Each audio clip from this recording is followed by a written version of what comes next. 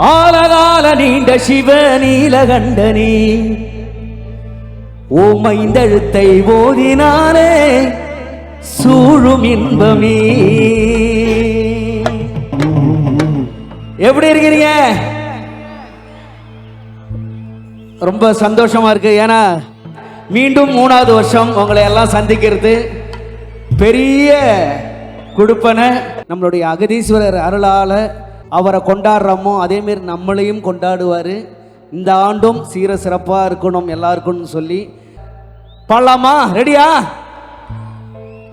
ஆலகால நீண்ட சிவ நீலகண்டனே உம்மைந்தெழுத்தை ஓதினாலே